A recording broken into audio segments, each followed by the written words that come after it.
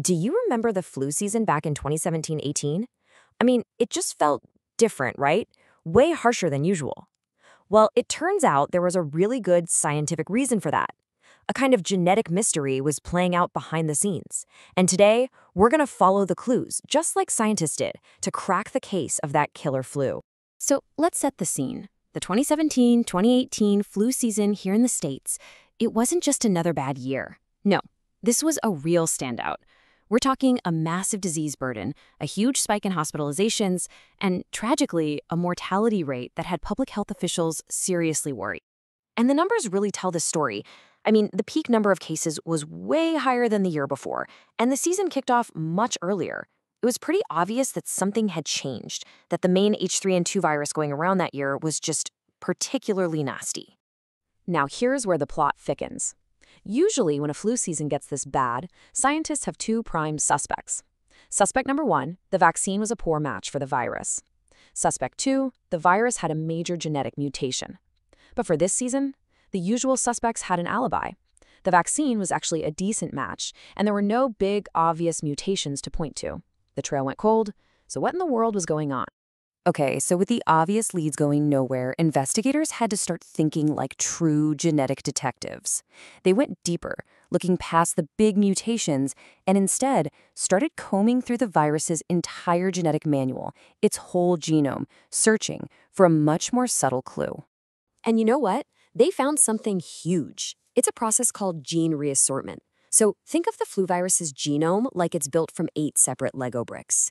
Now, if two slightly different flu viruses happen to infect the very same cell, those 8 bricks can get all jumbled up and reassembled into a new hybrid virus. It's kind of like taking the engine from a sports car and the frame of a truck to build something totally new. And that is exactly what happened here. The investigation found that 2 different versions of H3N2 had co-infected cells. And inside those cells, their genes got shuffled around, creating a brand new hybrid, a reassortant virus that literally nobody had ever seen before. And this wasn't just some rare, one-off event. Oh no. When they looked at the genomic data, they saw that these new hybrid viruses weren't just popping up here and there. They had actually become the dominant strains circulating that whole season. The detectives had their prime suspects. All right, so finding a new virus is one thing, but proving it's actually more dangerous, that's a whole different ballgame. The next step for the investigators was to take these new suspects from the population into the lab to see if they really behaved more aggressively than the viruses they came from. And this visual just shows it all perfectly. What you're looking at is called a plaque assay. Each of those little white spots is where the virus has killed a patch of cells. So on the left, you've got the older original virus, and on the right, that's the new hybrid. It's not subtle, is it? The spots are visibly larger, which is a slam dunk sign that the new virus is way better at spreading from cell to cell. It wasn't just spreading more aggressively, it was also faster, a lot faster. In the lab, using human nasal cells, this new reassortant virus hit its peak replication level way quicker. I mean, look at the chart. The original viruses took 72 hours. The new guy, just 48. That 24-hour head start is a massive, massive advantage for a virus trying to establish an infection. The lab evidence was pretty undeniable. As the researchers themselves put it, these new viruses simply had a replication advantage. They were just better, fitter, faster, more aggressive.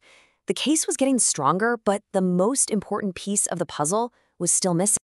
So here's the absolute crux of the issue. Just because a virus is a beast in a petri dish, does that actually mean it makes real people sicker? This is an incredibly tough question to answer because, well, people are a heck of a lot more complicated than cells in a lab. Think about it. How do you prove it was the virus itself and not something else? You know, factors like a person's age, whether they already had other health issues, or even if they got their flu shot that year. All of these things are what scientists call confounding factors, and they can seriously muddy the waters, making it almost impossible to pin blame squarely on the virus. So, to solve this nearly impossible puzzle, the researchers brought in a totally new kind of investigator, artificial intelligence. Specifically, they used a machine learning technique called propensity score weighting. It's a really powerful statistical tool that lets you digitally balance the scales. The AI looks at every single patient and figures out the probability, the propensity, that they would get one virus versus the other based on all those individual factors. It's a way to untangle all those messy human variables. So the model takes all this data and it creates this kind of weighted pseudo-population where the two groups of patients, the ones with the old virus and the ones with the new one, are now perfectly matched on things like age, health conditions, and vaccination status. It's like creating a perfectly fair fight to see which virus is truly the tougher one. And now, here's the big reveal. This is what happened after the AI worked its magic. Even after the model statistically erased all those other differences between the patient groups, the connection was crystal clear. Patients who got sick with the new reassortment virus had a median severity score of 3.0. For those with the older virus, it was just 1.5. The link was undeniable, a severity score that was twice as high, and it was directly because of the virus itself. The results from the lab weren't just a fluke. They translated directly to people getting sicker in the real world. This was the smoking gun. Case closed.